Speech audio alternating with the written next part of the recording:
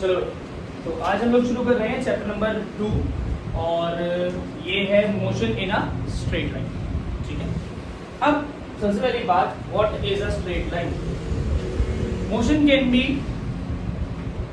In a single axis, motion can be in a single axis और इन to axis. Like जितनी भी चीजें हम ग्राफ बोर्ड पे बना रहे हैं, लिख रहे हैं, वो ऐसे भी जा रही हैं और वो ऐसे भी जा रही हैं।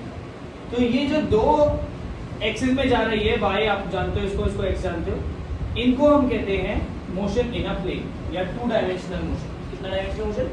Two dimensional motion.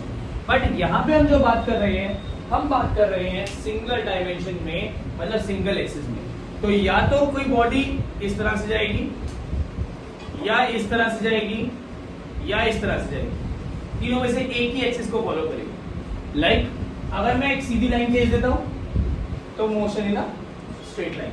Straight line को वन डायमेंशनल मोशन भी बोल सकते हैं हम लोग, कोई दिक्कत की बात नहीं है, सेम बात। ठीक है, जैसे कि चींटियां जब होती हैं वो चलती हैं तो वो एक डायमेंशन में ही चलती है, सीधे एक के पीछे एक के पीछे एक के पीछे, उसको हम वन डायमेंशनल मोशन कह सकते हैं।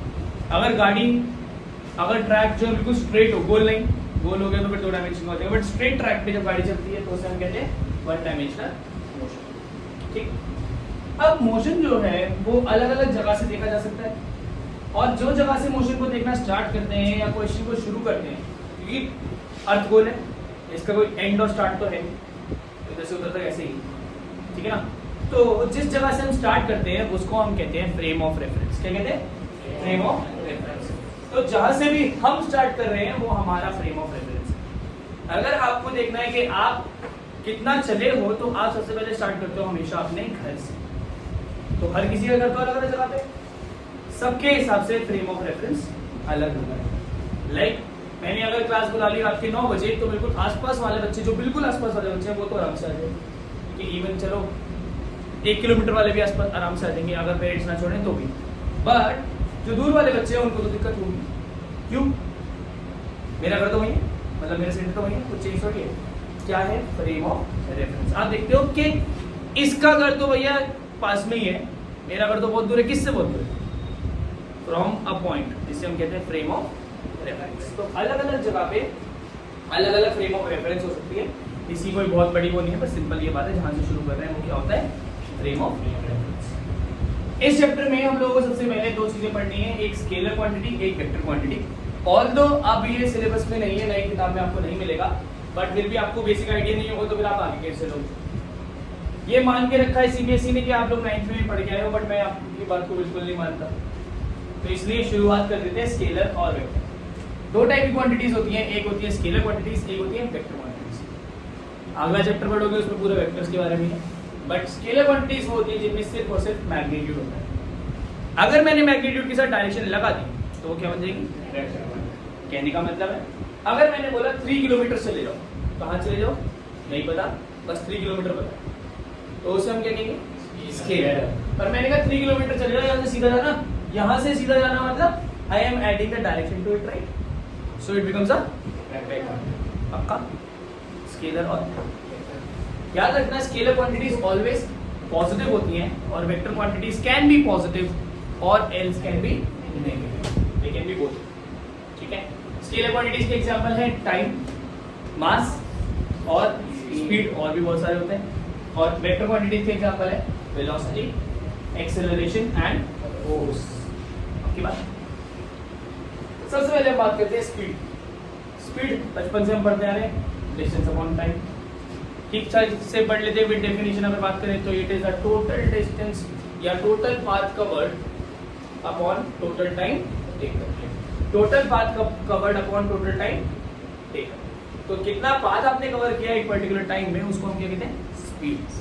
स्पीड को नापने के दो तरीके होते हैं, या तो मीटर पर सेकंड या किलोमीटर पर आवर। याद रखना ऐसा यूनिट इसकी और वेलोसिटी दोनों की मीटर पर सेकंड है, किलोमीटर पर आवर भी हम कर सकते हैं। Speed is a scalar quantity, it is a, so it will always be positive, it will always be positive, whereas velocity is a vector quantity and it can be positive as well as negative depending कि कहाँ से हम देख रहे हैं, क्या देख रहे हैं।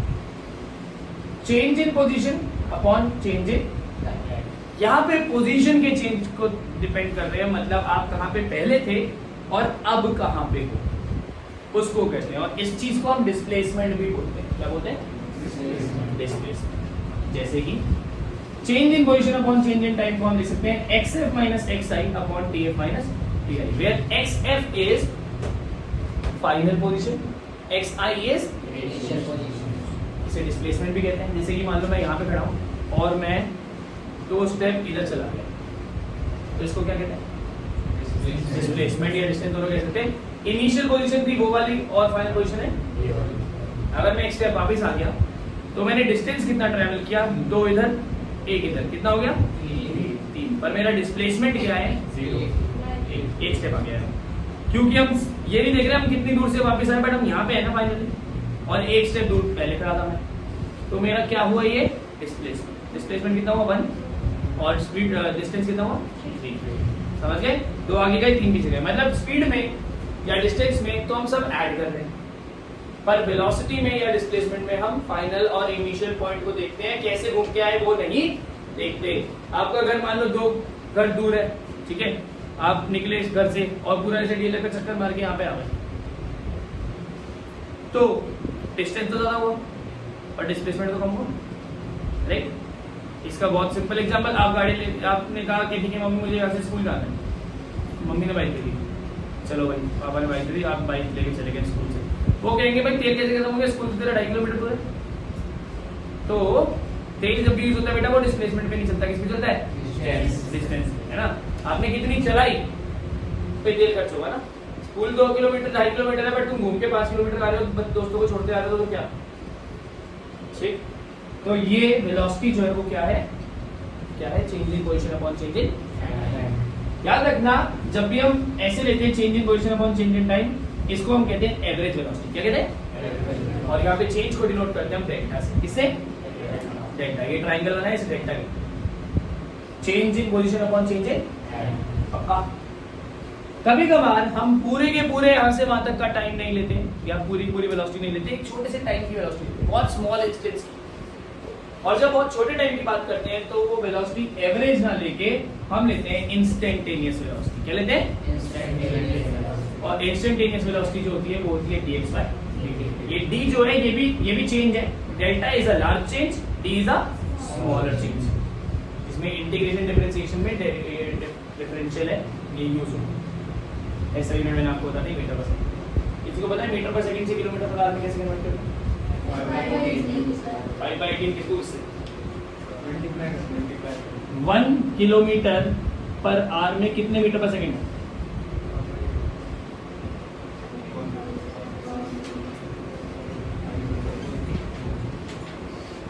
ध्यान रखना इस बात। ये कन्वर्जन में बच्चा घूम हो जाता है। 5/18 में मल्टीप्लाई करके आप किलोमीटर पर आवर से मीटर पर सेकंड में कन्वर्ट करें। की बात। ऐसे ही एक और चीज हम जो पढ़ रहे हैं वो पढ़ रहे हैं हम एक्सेलरेशन। क्या पढ़ रहे हैं? एक्सेलरेशन होता है change in velocity upon time. Velocity पढ़ी तो vf minus vi upon tf minus ti। Final velocity है f, इनिशियल वेलोसिटी है i। चेंज होगा, एवरेज एक्सेलरेशन होगी तो delta v by delta t। अगर स्मॉल चेंज होगा तो इंस्टेंटेनियस एक्सेलरेशन होगी dv बाय dt। ओके बात, ठीक। मीटर पर सेकंड, मीटर पर सेकंड, ठीक। एक और चीज आ जाती है uniform motion and non uniform motion. क्या मतलब है इसका? यूनिफॉर्म मोशन कांस्टेंट स्पीड में चलती है। हाँ, जब कांस्टेंट वेलोसिटी में चलेंगे, कांस्टेंट स्पीड में चलेंगे, उसे यूनिफॉर्म मोशन कहते हैं। पर इसको फिर भी इसका असली मतलब ये हो गया कि इक्वल टाइम इंटरवल में इक्वल डिस्टेंस आपने पार की, तो उसे हम कहते हैं यूनिफॉर्म मोशन। और दूसरा होता है नॉन यूनिफॉर्म मोशन, जहाँ पे ऑब्वियसली अनइक्वल है, ऐसा भी हो अनइक्वल, ठीक है। मेरे को एक क्वेश्चन है, आप लोग कमेंट करके बताओ, आप लोग बता सकते हो अभी। रेस्ट पे अगर बॉडी है तो वो यूनिफॉर्म मोशन में है नॉन यूनिफॉर्म मोशन? बाद में बताना नाम से। आज हम कुछ ग्राफ्स हैं। सबसे पहला ग्राफ एक्स टी ग्राफ्स है। 5 आप एक्स टी ग्राफ देख सकते हो और फिर 4 डी टी ग्राफ्स है। ये मेन टॉपिक है आज का। तो x T graph, x T मतलब पोजीशन टाइम ग्राफ, एक्स मतलब और टी मतलब टाइम। एक्स मतलब पोजीशन, टी मतलब ठीक है। एक्सटी ग्राफ जो है वो पोजीशन टाइम ग्राफ है और इसमें अलग अलग है। मैं एक एक करके लेबल करते रहूँगा, पहले समझें ये दोनों एक्स और टी दोनों डायरेक्टली प्रोपोर्शनल है, साथ जा रहे हैं। इसको हम क्या कहते हैं? Uniform motion. क्या कहते हैं? Uniform motion. यूनिफॉर्म मोशन को हम यूनिफॉर्म वेलोसिटी भी कह सकते हैं। कैसे कह सकते हैं बच्चा? Uniform velocity. ठीक है। और इसको एक और चीज कह सकते हैं, जीरो एक्सेलरेशन। क्या कह सकते हैं?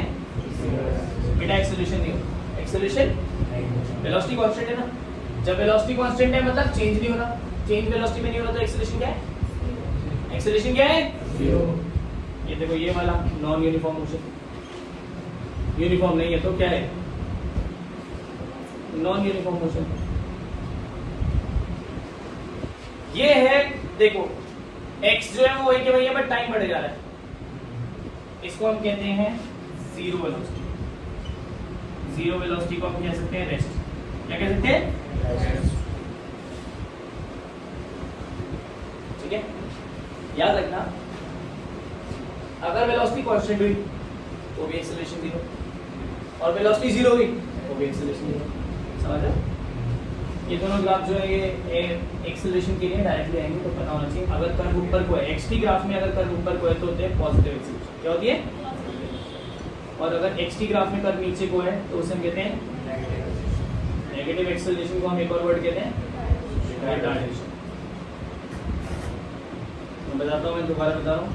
मेरे 11th क्लास की फर्स्ट ड्यूटी में आ गया था व्हाट इज रिटार्डेशन, एक नंबर का मुझे आज तक याद, मुझे नहीं आता ये घर आके पढ़ा मैंने कहा चाहिए होता है टीचर बुक में कहीं लिखा नहीं था। ठीक है। तो नेगेटिव एक्सेलरेशन को क्या कहते हैं? रिटार्डेशन। रिटार्ड का मतलब होता है स्लो डाउन होना, कम होना। तो जब भी कोई बॉडी रुक रही होती है इसका मतलब वो रिटार्डेशन है, और जब चल रही होती है तेजी में बढ़ा रही होती है तो उसे हम क्या कहते हैं? एक्सेलरेशन। ठीक। अब की बात लास्ट कॉलम में वीटी ग्राफ्स। कौन से? ये सारे पोजीशन टाइम ग्राफ्स हैं। वो है एक्स वेलोसिटी टाइम ग्राफ। क्या है? वेलोसिटी टाइम ग्राफ में आप ध्यान रखेंगे टाइम ऐसे बना हुआ है। ये आपको पता है 4 क्वाड्रेंट्स होते हैं, 1 2 3 4। टाइम इधर से दिखा रहे हैं तो टाइम तो नेगेटिव होता नहीं, तो ये वाले तो हटेगा। सिर्फ 1 और 4 क्वाड्रेंट में गेम चलेगा। अगर कोई चीज फर्स्ट क्वाड्रेंट में है तो हम बोलेंगे पॉजिटिव डायरेक्शन में। क्या है? और कोई चीज अगर फोर्थ क्वाड्रेंट में तो बोलेंगे नेगेटिव डायरेक्शन। क्या है? पॉजिटिव डायरेक्शन मतलब गाड़ी को आगे लेके जा रहे हो, नेगेटिव डायरेक्शन मतलब गाड़ी को रिवर्स। पक्का? पहला कौन से क्वाड्रेंट में? तो क्या है? Positive direction. दूसरा वाला ऊपर ये पॉजिटिव डायरेक्शन। बस क्वाड्रेंट देखो अभी, ये वाला ये वाला पहले पॉजिटिव है फिर first in positive direction then negative है। ये क्लियर है? डायरेक्शन वाला खेल क्लियर है? अब देखो अगर वीटी ग्राफ ऊपर को जा रहा है, किसको जा रहा है? ऊपर को, तो इसका मतलब एक्सेलरेशन इज पॉजिटिव। अगर वी नीचे आ रहा है, कम हो रही है वेलोसिटी, वेलोसिटी कम हो रही है तो इसमें भी कम हो रही है और इसमें भी कम हो रही है। सिर्फ ये पॉजिटिव एक्सेलरेशन है, बाकी सारे क्या है? जीरो एक्सेलरेशन का ग्राफ क्या है? ठीक है? पक्का? कोई दिक्कत नहीं। जीरो एक्सेलरेशन का ग्राफ वीटी में एक बार हो सकता है, ये मैंने बनाया नहीं, आप दोबारा यहाँ देख लें। वीटी ग्राफ में जीरो एक्सेलरेशन कैसे होती है? ये वीटी है, ये 5वां ग्राफ है, इसी में बनाएंगे आप लोग।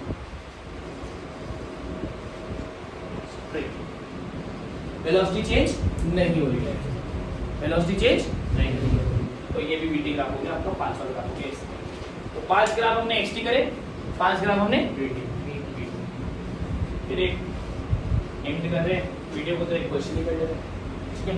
क्वेश्चन इंपॉर्टेंट है, बढ़िया क्वेश्चन है, समझना तो आ जाएगा। क्वेश्चन कह रहा है a car travels A to B with 40 kilometre per hour speed, कितनी? 40 किलोमीटर, और returns to A with 30 kilometre per hour.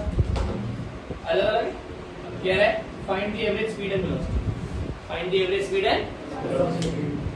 मेरे को बताएं एवरेज स्पीड का फॉर्मूला क्या है? Total path upon total time.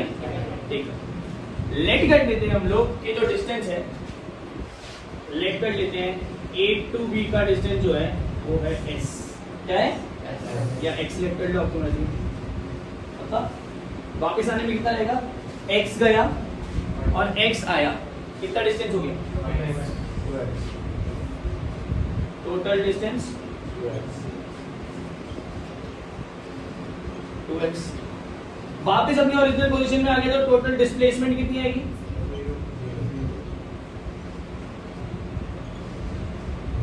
पक्का?